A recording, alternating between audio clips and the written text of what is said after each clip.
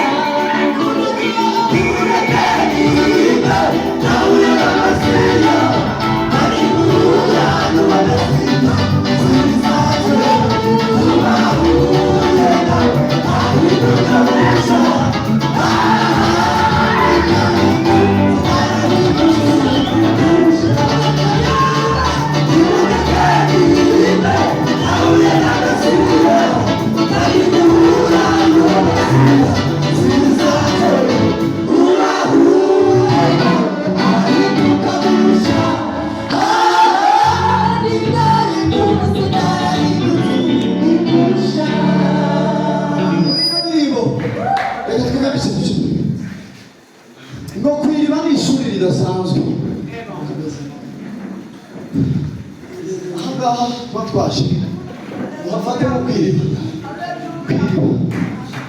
aho amagambo atandukanye n'ibindi bintu bitandukanye byumvirwa hano mu nzu y'Imana, aho utabyumviye hirya akaba aricyo gituma tuva mu mago yacu kugira ngo tuze hano. Ahubwo ni he? Kwiriba, ishuri ridasanzwe. None ntitugafate umwanya wo kuza kuvoma hano twumva ibyo dukwiye gucyura bitugiraga, aho umwigisha mwiza atwigisha ibijyanye n'imibanire ikwiye kuturanga, n'imibanire ikwiye kuturanga, ngo kugira ibyo tudahuza byo ngo ntibizigera bishira kugeza iyi si igize ishireho. Ariko ntabwo bikwiriye ko duhora tureba n'amaso y'ingwe kandi turi abana. Ngo gerageza ibintu bisanzwe nanjye hanyuma twigire ku birenge. Tuzaba tudasomye, tuzaba tudatunganya.